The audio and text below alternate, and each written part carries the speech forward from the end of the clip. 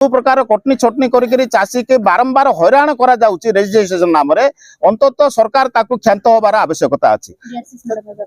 Madam देखंतु आमर जिल्ला रे प्रशासनिक अवहेला कारण 3000 रु अधिक चाषी पंजीकरण करनांती। मु जिला पाल को 30 मार्च 30 तारिख रे ग्रीवेंस रे जणाइथिली सार आमर जिल्लार 3000 चाषी प्रशासनिक अवहेला कारण एवं सरकार जो टाइम लाइन एक्सटेंशन करवा कथा सीधा न होबारु आज 3000 चाषी पंजीकरण करि पारना। तेणु आपण को अनुरोध करछु जे समय सीमार अवधि वृद्धि करा जाऊ एवं जो चाषी माने पंजीकरण करनांती तांकर पंजीकरण करा जेवा सहित तांके आगामी रबी ऋतु रे किपरि धान बिक्री शुरू कर बिक्री करिवे तार व्यवस्था करंतु।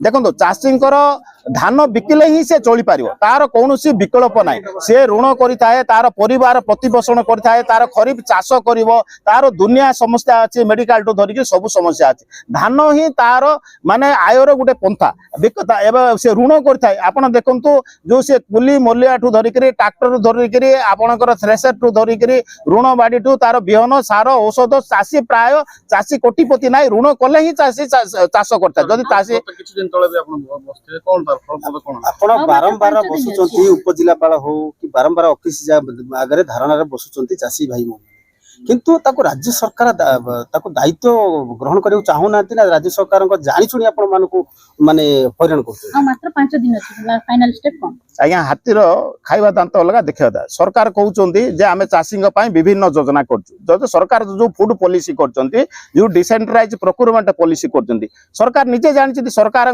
जो बड़ पंडा माने अछंती धोला हाथी माने अछंती जो पॉलिसीटा भुवनेश्वर रही तैयार करचंती इम्प्लीमेंट दायित्व कार जो जिला स्तरीय अधिकारी माने जो जिला स्तरीय अधिकारी माने जो सरकारी निर्देशनामा आसी जो पॉलिसी आसी जो गाइडलाइन आसी जो इंस्ट्रक्शन आसी जो नियम तैयार करा जाय सरकारी अधिकारी माने पालन करना। जदि सरकार अधिकारी माने जदि पालन करना सरकार तांको ऊपर कार्यानुष्ठान नवा कथा। किंतु देखो मोर मैडम 28 तारिख रे टोकन आसलानी आज के तारिख आज हूँ 25 तारिख हेले मु 28 तारिख धान बिक्री करवा कथा 28 तारिख रु आज 25 तारिख मंडी रे धान किणा गला ना।